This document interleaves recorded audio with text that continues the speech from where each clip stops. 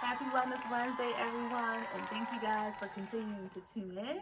Thank you guys for all of the likes, comments, and shares.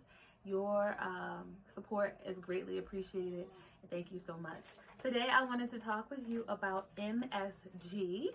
MSG is a flavor enhancer. MSG is simply an acronym for monosodium glutamate. You guys might see labels on your food saying that if MSG is included. And the reason for that is because some scientists believe MSG causes brain damage. So the question for today is, does MSG cause brain damage? Food organizations in America, Europe, and New Zealand say no. They say that the consumption of MSG is perfectly safe to consume. So what exactly is MSG? It's monosodium glutamate. Sodium, most of you are familiar with. It's a form of salt. Glutamate is actually something that we naturally produce ourselves. It is an amino acid. Amino acids are the building block of protein. Sorry about that interlude. My daughter was about to turn up in the middle of my Wellness Wednesday video.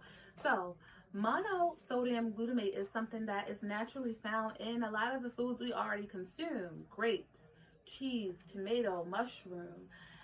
However, when it is artificially created, what is happening is the sodium and the glutamate is being fermented to isolate just the L-glutamate, making it very easy to consume, making it very easy and cheap to produce.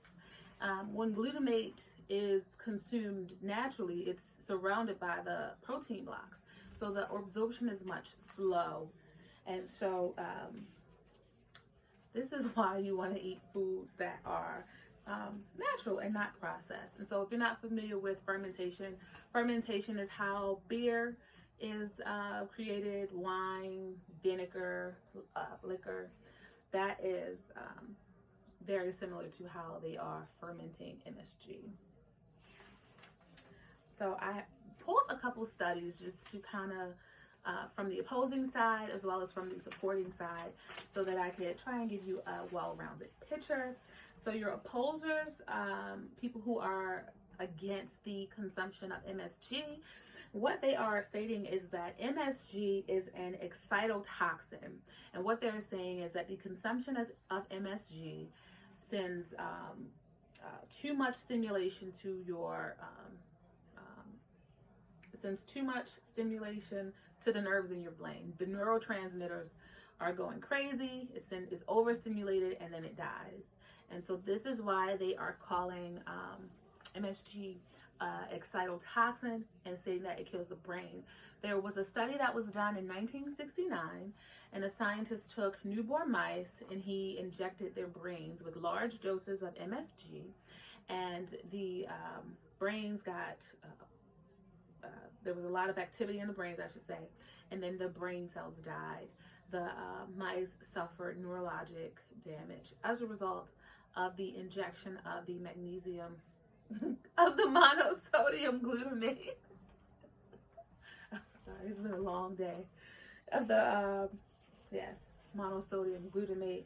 And so that is what supports the opposers who believe that MSG causes brain damage.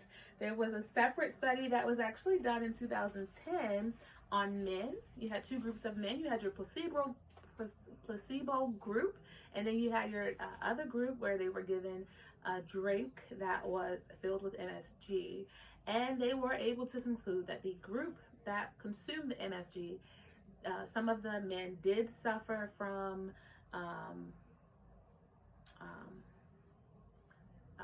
rises in blood pressure, so the blood pressure went high, and they also complained of headaches. And so this also supported that some people can be sensitive to MSG as a result of this study. Again, this the people in the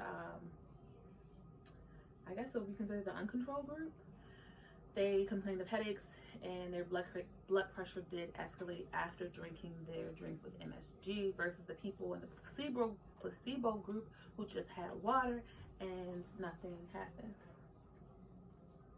That's my daughter right there. So unfortunately, there has not been any study on humans to confirm if human consumption of MSG causes brain damage. And then it should also be noted that in these studies, large doses of MSG is being administered. It's not the daily intake. And so if the daily intake is like 1.3 milligrams, these people are getting like 10 milligrams or more, like, because they're trying to really see what can happen. They're giving them so much MSG, it may be exaggerating the findings. So eat MSG at your own risk. So most of my followers are here because, listen, we're trying to get summertime fine. And so MSG, as it relates to obesity, there was a study, there are actually studies that say MSG makes you skinny, and there are studies that say MSG makes you fat.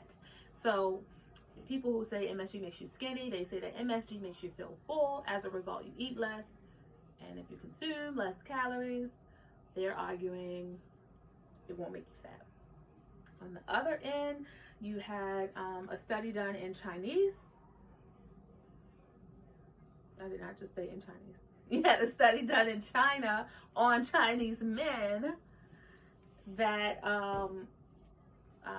caused the men to get obese when they ate MSG. And so they argued that, nope, we gave these men MSG in their food and they gained weight, versus the placebo group who just had the food without any enhancements. They did not gain as much weight as the group who had MSG. This same study was done on mice. In the documentary Hungry for Change, they talked about MSG and weight gain, basically. And they basically said that scientists know if you want to study mice who are obese, you feed them MSG and they gain weight, and they gain weight fast. And so they are questioning, why are we allowing humans to consume this if we know we have an obesity epidemic and we know that MSG may be contributing to that? Why are we allowing humans to consume it? But again, we had the opposing group that said, nope, MSG makes you feel full. As a result, you won't get fat because you won't overeat. It should be pointed out that all of these studies were done and large doses of MSG were administered. And so a lot of people argue that it is not, the results have been exaggerated because of the amount of MSG that has been given. If you simply stick to the average daily consumption amount, whatever that means, that's subjective to me, then you won't suffer any of this damage. I recommend preparing your own food. Yes, table salt is an example of sodium glutamate. I recommend preparing your own food. I recommend checking in with your body. If you know you're eating Chinese food and you're getting a headache every time you eat it, stop eating it. If you are living in a way that is prompting you to gain weight, make changes, make small changes. You will be uncomfortable for a period of time, I'm sure, with making those changes, but those changes might be necessary. You have to pay attention to the warning signs. You have to pay attention to your body. Don't wait until it's too late and you've now developed high blood pressure, diabetes. Your body gives you warning signs. You just have to listen, and sometimes you have to take a food away to see if it makes a difference. If it doesn't, then move on to the next thing. But I hope this has been helpful. I hope you guys have a great rest of your week, and I'll see you next Wednesday. Thank you.